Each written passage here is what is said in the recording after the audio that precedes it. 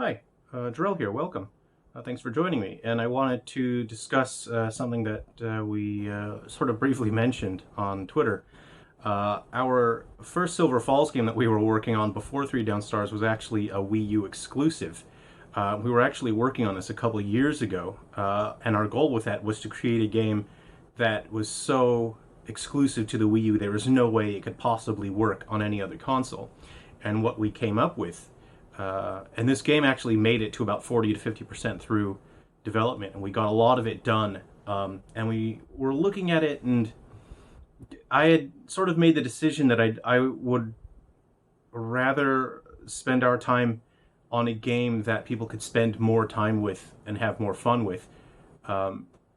Because this Wii U game, it was purely horror based, and we hadn't done a console game up until this point. We had made some mobile games and things like that, and so I was at that point I was thinking, what's achievable? Our team is still small, new. We don't have all the experience in the world, and so our scale for that Wii U game was smaller. And so we thought, oh, a short, action-packed horror game with some jump scares and things like that, and it was neat. But through testing it, it kind of felt like the novelty of it wore off after a while. And at that point, I hadn't spent 2 or 3 years writing Silver Falls. I'd spent a couple months, so we hadn't established the intense stories and character relationships and interaction and lore that we have right now. And in Three Down Stars, people playing it, I hope you guys are enjoying it, because there is a lot of lore to explore. There are a lot of characters that exist just even in the background of Three Down Stars, and a lot of characters that don't even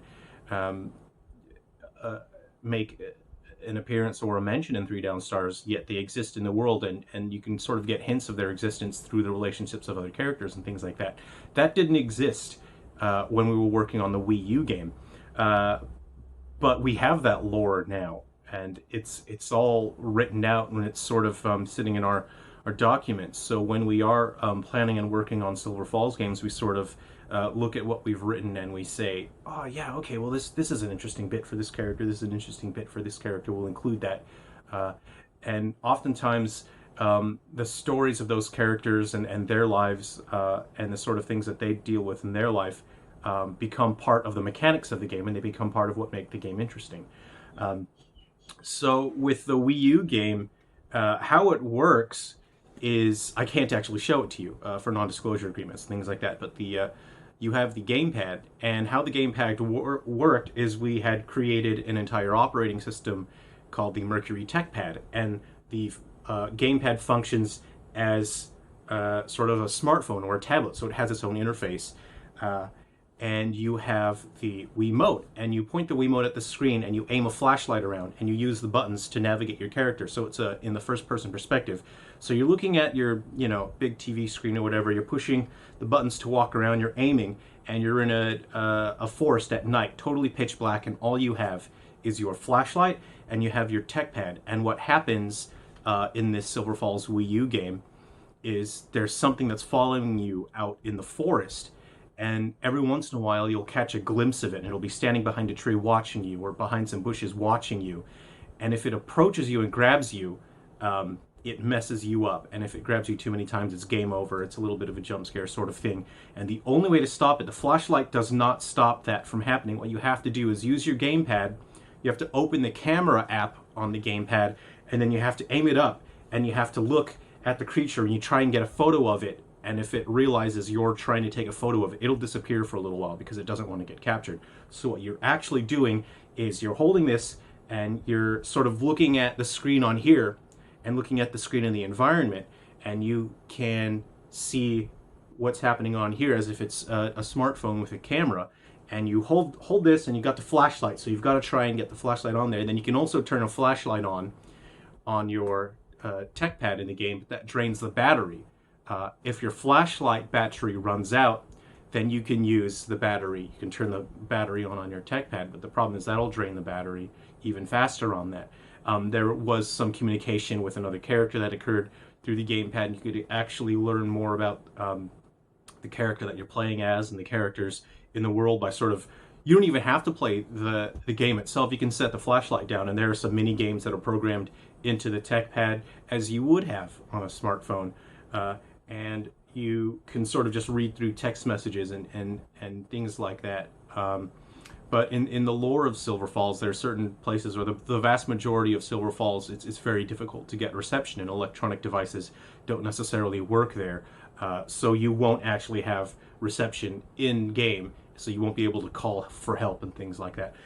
So anyway, we just wanted to sort of gauge if anyone was still interested in that. That game would be called Silver Falls: White Inside Its Umbra, and it would be a very a small scope horror game, not necessarily long. It's not going to have a sort of an epic storyline like Three Down Stars.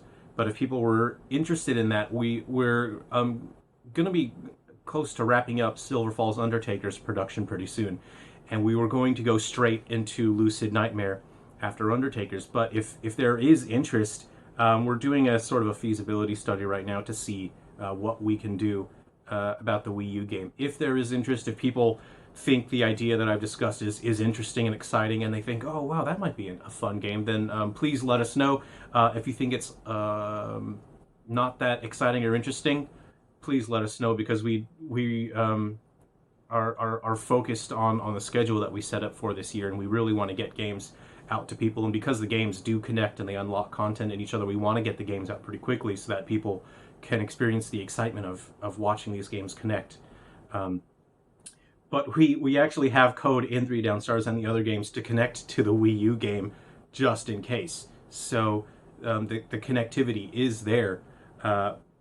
And we have been throwing around some ideas. The game, the Wii White Inside Its Umbra, would not have a Frontier Fighters, so to speak, because we spent a lot of time on Frontier Fighters and Three Down Stars, and people are meant to sort of relax and just sort of chill and you know, spend hours playing that and working on their characters, you know, an hour here, an hour there.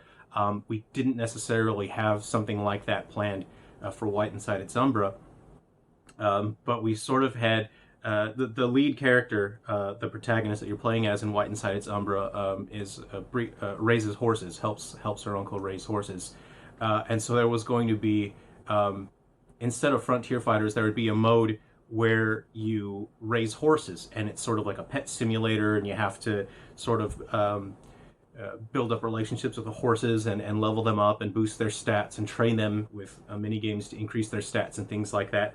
And then you would have different riders, and then you can combine different riders with different horses and then do races and things like that. And there can be a multiplayer aspect to it. Then you can ride horses and race and whatnot. And if we did do that, we would have it connect to the other Silver Falls games. So, say for example, you have Three Down Stars.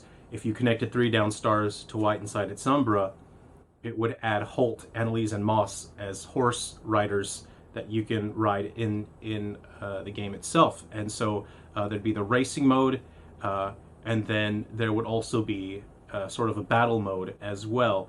And that would sort of be